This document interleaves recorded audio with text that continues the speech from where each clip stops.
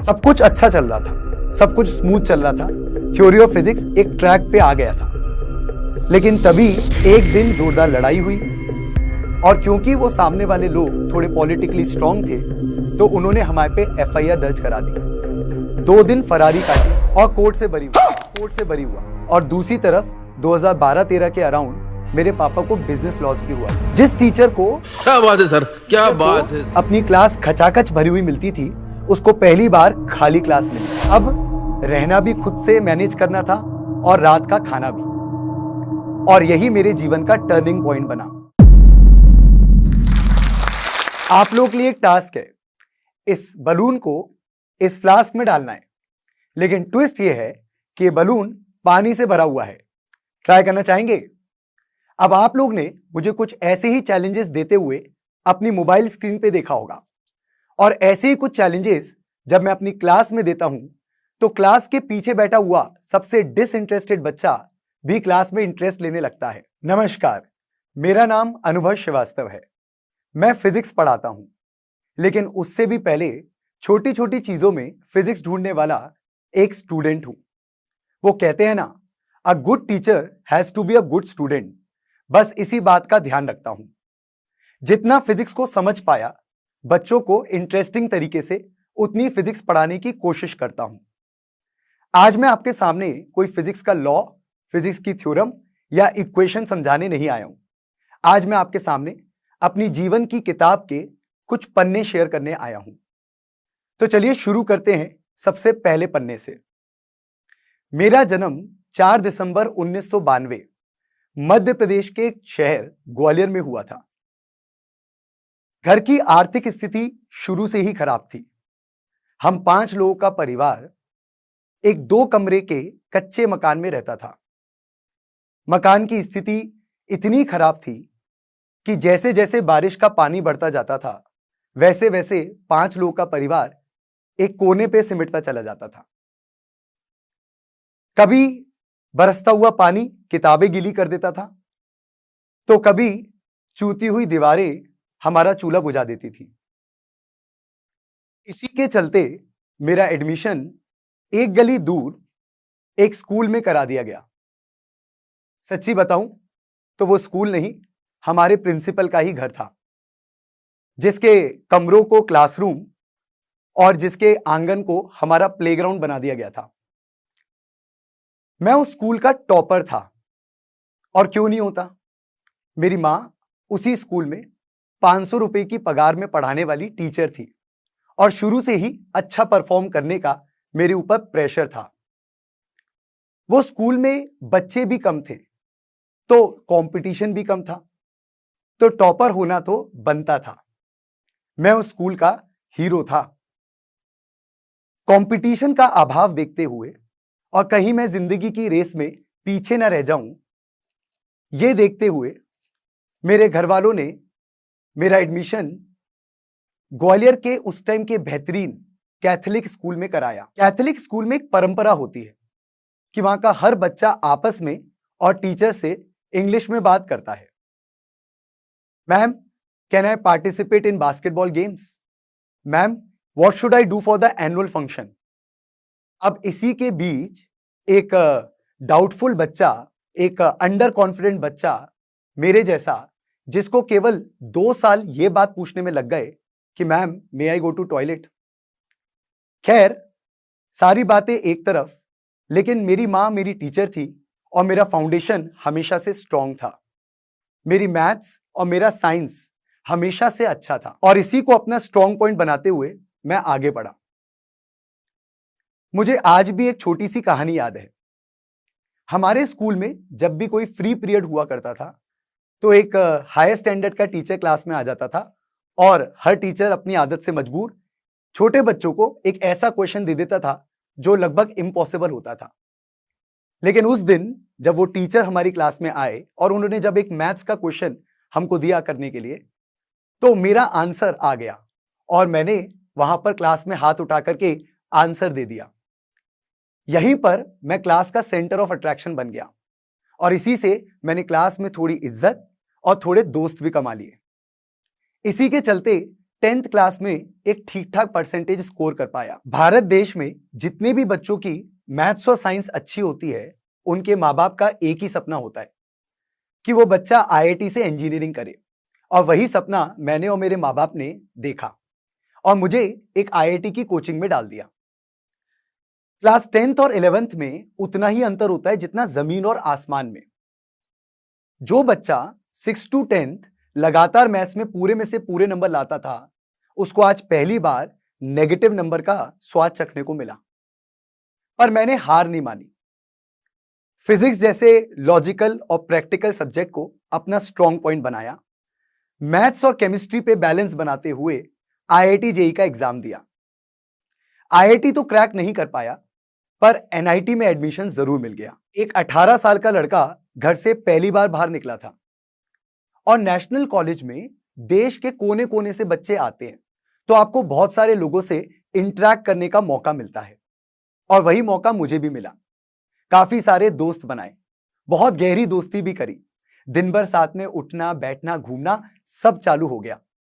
जितनी गहरी दोस्ती तो उतनी गहरी दुश्मनी भी हुई, और कहीं थोड़ी नोकझोंक भी हुई। मेरे पे एक FIR भी हो गई, और यही मेरे जीवन का टर्निंग पॉइंट बना। अब आप सोचेंगे FIR क्यों हुई, तो पहले ये बता देता हूं कि FIR क्यों हुई थी। मेरे कॉलेज में छोटी मोटी नोकझोंक चलती रहती थी, कभी सीनियर की जूनियर से लड़ाई, तो कभी जूनियर की आपस में लड़ाई, और ऐसी एक ग्रुप का किसी दूसरे ग्रुप के साथ लड़ाई झगड़ा चल रहा था। सीनियर जूनियर का कोई आपस में नोकझोंक चल रही थी। हमारे बैच वाले चाहते थे, एक दूसरे ग्रुप वाले चाहते थे कि हम उस ग्रुप का सपोर्ट करें और उनकी सीनियर से लड़ने में मदद करें, और हम हमेशा अपने में रहते थे। हम कभी भी ऐसे प्रकार की चीजों में पड़ना नहीं चाहते थे, और इसी के चलते बात बढ़ती गई और हाथापाई तक पहुंच गई। उन्होंने हमें काफी ह्यूमिलेट किया, कभी बाथरूम में घेर लिया, तो कभी कॉलेज के बाहर धमकाने लगे कि हॉस्टल में कैसे रह लोगे। एक दिन जोरदार लड़ाई हुई, और क्योंकि वो सामने वाले लोग थोड़े पॉलिटिकली स्ट्रांग थे, तो उन्होंने हमारे पे FIR दर्ज करा दी। 2 दिन फरारी काटी और कोर्ट से बरी हुआ। कॉलेज मैनेजमेंट ने मुझे हॉस्टल से बाहर निकाल दिया। जिस हॉस्टल में रहने और खाने का सहारा था, वो भी छिन गया। अब रहना भी खुद से मैनेज करना था, और रात का खाना भी, और यही मेरे जीवन का टर्निंग पॉइंट बना। एक तरफ पापा के बिजनेस लॉस थे, और दूसरी तरफ मुझे कॉलेज के हॉस्टल से बाहर निकाल दिया गया था। तो पैसे की तो बहुत सारी रिक्वायरमेंट थी, लेकिन घर से नहीं मांग सकता था। घर से जो 2-3 हजार रुपए उस समय आया करते थे, अब वो मुश्किल से 500 या 600 ही आ पाते थे। तो पैसे कमाने के लिए मैंने NIT और IIT के टैग का इस्तेमाल किया। बहुत सारे पेरेंट्स ये चाहते हैं कि उनके बच्चों को NITian या IITian पढ़ाए, और इसी बात का मैंने फायदा उठाया। मैं घर घर जाके कोचिंग पढ़ाना स्टार्ट कर दिया। थोड़ा शेड्यूल हेक्टिक हो गया। सुबह 9 से 5 कॉलेज अटेंड करना, उसके बाद 5 से 9 जाकर के घर घर जा जाके एक एक बच्चे को कोचिंग पढ़ाना। कोचिंग पढ़ाने का एक छोटा सा फायदा भी था, किसी किसी घर में शाम के वक्त मुझे खाना मिल जाता था, तो रात का मील तो सॉर्ट हो जाता था। पर एक अच्छी बात हुई, मुझे यह पता चल गया कि मेरा फिजिक्स पढ़ाने में इंटरेस्ट है, और इसी पैशन को फॉलो करते हुए मैंने किसी और कंपनी में इंटरव्यू नहीं देते हुए केवल आकाश में इंटरव्यू दिया, और पहले ही राउंड में सिलेक्ट हो गया। यहां से मेरी आकाश की जर्नी शुरू हुई। आकाश में मैंने प्रोफेशनली पढ़ाना सीखा। पहले ट्रेनिंग हुई, फिर क्लासरूम्स मिले। बच्चों के बीच में पहले से ही फीडबैक अच्छा था, बच्चे पहले से ही प्यार देने लगे, और इसी के चलते काफी प्रमोशंस और पोस्टिंग्स भी हुई। कभी दिल्ली में पढ़ाया, कभी चंडीगढ़ में पढ़ाया, तो कभी गोरखपुर में पढ़ाया। गोरखपुर में मैंने नीट 2020 की टॉपर आकांक्षा सिंह को भी पढ़ाया। सब कुछ अच्छा चल रहा था, लाइफ सेटल सी लग रही थी। खूब पढ़ा रहा था, खूब पढ़ रहा था, और कुछ कमा भी रहा था, लेकिन अंदर से कुछ सेटिस्फैक्शन सा फील नहीं हो रहा था। अंदर से कुछ खालीपन सा लग रहा था। इसके पीछे के 2 कारण थे। किसी भी संस्थान में पढ़ाने का एक सेट पैटर्न होता है, जो किसी एवरेज बच्चे या बिलो एवरेज बच्चे पे फोकस नहीं कर पाता, और एक लिमिटेड टाइम में सिलेबस कंप्लीट करना होता है, जिस वजह से टीचर अपनी क्रिएटिविटी क्लास में शो नहीं कर पाता। अब इस समस्या के दो ही सॉल्यूशंस थे, या तो मैं पढ़ाना छोड़ दूं या मैं आकाश छोड़ दूं। मैंने 19 साल से 24 साल की उम्र तक लगातार पढ़ाया था, तो पढ़ाना तो नहीं छोड़ सकता था, क्योंकि अंदर से एक जिद थी बिलो क्लास के सबसे एवरेज या बिलो एवरेज बच्चे को भी मैं क्लास में इंटरेस्ट दिखाऊं। ग्वालियर में इंडिविजुअल कोचिंग पढ़ाने का एक हब है, जहां पर बड़े बड़े टीचर्स हजारों की संख्या में बच्चों को पढ़ाते हैं। इसी हब में मैंने एक छोटा सा किराए का क्लासरूम ले लिया और एडमिशन चालू कर दिए, यह सोचते हुए कि जर्नी बहुत आसान होने वाली है। आज भी मुझे अपनी पहली क्लास याद है, 1 अप्रैल 2018, जब मेरी पहली क्लास थी। और जैसे ही मैं क्लास में घुसा तो जिस टीचर को अपनी क्लास खचाखच भरी हुई मिलती थी, उसको पहली बार खाली क्लास मिली। जिस टीचर को एक भरी हुई क्लास से गुड मॉर्निंग, गुड इवनिंग ये सुनने का मौका मिलता था, उसकी गूंज सुनाई देती थी, उस टीचर को आज पहली बार सन्नाटा सुनाई दिया। ऐसे ही कुछ दिन बीत गए। मैं हर दिन आता, इंतजार करता और घर चला जाता। कुछ दिनों बाद एक स्टूडेंट मेरी क्लास में आके बैठा और मुझे लगा कि मेरी 0 to 1 की जर्नी स्टार्ट हो गई है। मैंने थोड़ी देर वेट भी किया कि शायद एक आध बच्चा और आ जाए, पर कोई बात नहीं, एक ही बच्चे को पढ़ाने के लिए मैं क्लास में एंटर कर गया। क्लास में घुसा तो पहली फीलिंग आई कि इसको बैठ के पढ़ा देता हूं, एक ही बच्चा तो है। पर अंदर से एक नहीं की आवाज आई और मैंने जोश में मारकर उठाया और बोर्ड पे पढ़ाना स्टार्ट कर दिया। पूरे बोर्ड को ऊपर से नीचे तक भर दिया और जब उस बच्चे से कहा कि आप सारी बात नोट कर लो, तो वो बच्चा नोट नहीं कर रहा था। जब मैंने उससे उसकी समस्या पूछी तो पता चला कि वो बच्चा हिंदी मीडियम का था और मेरी पहली क्लास वहीं समाप्त हो गई। अगले कुछ दिनों तक फिर से सन्नाटा रहा और मैं रोज आता और चला जाता। फिर एक दिन एक 3 बच्चों का रैंडम ग्रुप मेरी क्लास में आके बैठ गया और उसी जोश के साथ मैं एंटर किया, मार्कर उठाया और पढ़ाना स्टार्ट कर दिया। उन 3 बच्चों के चेहरे पे और उनकी आंखों में वो सेटिस्फेक्शन नजर आ रहा था जो 19 साल की उम्र में जब मैं पढ़ाया करता था, वो सेटिस्फेक्शन उन बच्चों के चेहरे या आंखों में दिखता था। और यहीं से थ्योरी ऑफ फिजिक्स की 0 to 1 की जर्नी स्टार्ट हो गई। मेरा पहला बैच 3 से 13 का बन गया और थ्योरी ऑफ फिजिक्स 0 to 1 की जर्नी कर गया।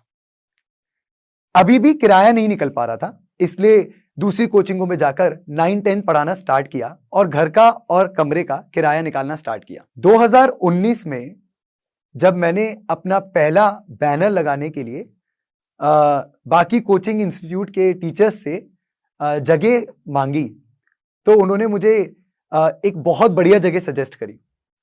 उन्होंने कहा आप अपना बैनर, थ्योरी ऑफ फिजिक्स का बैनर नीचे अंधेरे में बेसमेंट में लगा लीजिए और कहा कि जब जब बच्चा गाड़ी की लाइट जलाएगा तो उसको आपका नाम दिखाई दे जाएगा। तो इससे यह बात तो तय हो गई कि उनका मुझे कितना सपोर्ट था।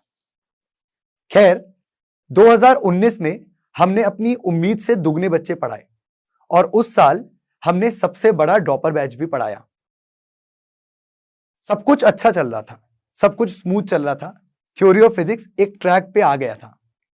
लेकिन तभी 2020 में कोविड आ गया। सारी चीजें ऑफलाइन, सारे ऑफलाइन सेंटर्स बंद हो गए, सारी चीजें ऑनलाइन शिफ्ट हो गई, टीचर्स भी और बच्चे भी। अब पढ़ाना छोड़िए, पढ़ाने का सामान भी जुगाड़ना एक नया टास्क था। किसी दिन रात में जाकर बोर्ड निकाला तो किसी दिन शटर के नीचे हाथ डाल के मार्कर मांगा। कैसे भी करके हम लोग ने पढ़ाना स्टार्ट किया और कैमरा सेटअप बनाने के लिए हमने शू रैक्स को अरेंज किया, जूते के डब्बों को अरेंज किया और ऊपर थर्माकोल काट के मोबाइल लगा दिया और यहीं से स्टार्ट हुआ थ्योरी ऑफ फिजिक्स का ऑनलाइन सफर। 2 साल हमने लगातार ऑनलाइन पढ़ाया और 2022 में जब कोविड हटा तो हमने अपना ऑफलाइन सेंटर दोबारा स्टार्ट किया। 2022 में हमने थ्योरी ऑफ फिजिक्स के ऑफलाइन सेंटर का रीस्टार्ट बटन दबाया और इस बार 0 to 1 नहीं, बच्चे हमारे नए टीचिंग स्टाइल को और हमारे नए मैनेजमेंट सिस्टम को बहुत पसंद करने लगे और सारे बैच फुल होने लगे। मैंने भी अपने अंदर थोड़े थोड़े चेंजेस करने स्टार्ट करे। बच्चों को बेहतर समझाने के लिए अच्छे सिमुलेशंस, अच्छी पीडीएफ्स और अच्छे डिमॉन्स्ट्रेशन क्लास में ही परफॉर्म करने स्टार्ट किए। सब कुछ सही चलने लगा और बच्चों को और सारे लोगों को ये डिमॉन्स्ट्रेशन बहुत पसंद आने लगे। पर एक समस्या थी, ये जितने भी डिमॉन्स्ट्रेशन हम क्लास में परफॉर्म करते थे, ये क्लास की 4 दीवारों में कैद हो चुके थे और इसी के चलते हमने इन डिमॉन्स्ट्रेशंस को अपने YouTube चैनल में डालना स्टार्ट किया। पहले ग्वालियर के बच्चों से प्यार मिला, फिर मध्य प्रदेश के, और आज पूरे देश के बच्चों से हमें बहुत प्यार मिल रहा है और इसी के चलते हमारा चैनल 5 मिलियन को क्रॉस कर चुका है। आज इसी प्यार की वजह से मैं आपके सामने अपनी कहानी भी सुना पा रहा हूं। जो YouTube शॉर्ट आप 1 मिनट में देख लेते हैं, उसमें कई लोगों की कई दिनों की मेहनत होती है। कभी कभी एक्सपेरिमेंट फेल भी होते हैं और वो भी क्लास में, पर हम हार नहीं मानते। जितना कोशिश हो सकता है एक्सपेरिमेंट को सक्सेसफुली परफॉर्म करने की कोशिश करते हैं और बच्चों तक वो मैसेज, वो फिजिक्स की थ्योरम पहुंचाने की कोशिश करते हैं। आज देश के कोई भी बच्चे से अगर आप जाकर पूछें कि बड़े होकर क्या बनोगे, तो अधिकतम बच्चे यही जवाब देंगे कि मैं डॉक्टर बनना चाहता हूं, मैं इंजीनियर बनना चाहता हूं, मैं आईएएस बनना चाहता हूं या मैं आर्मी में जाना चाहता हूं। लेकिन कोई भी बच्चा टीचर बनना नहीं चाहता। मैं इस सोच को बदलना चाहता हूं। मैं चाहता हूं कि ज्यादा से ज्यादा लोग टीचिंग को ऑप्ट करें, क्योंकि इन सारे प्रोफेशंस की जो बुनियाद है वो एक टीचर के द्वारा ही रखी जाती है। चलिए इस टॉक को कंक्लूड करते हैं जिस एक्सपेरिमेंट से इसकी शुरुआत हुई थी। ये ऐसे तो अंदर नहीं जाएगा, लेकिन अगर हम थोड़ी फिजिक्स का इस्तेमाल करें और एटमॉस्फेरिक प्रेशर की मदद लें,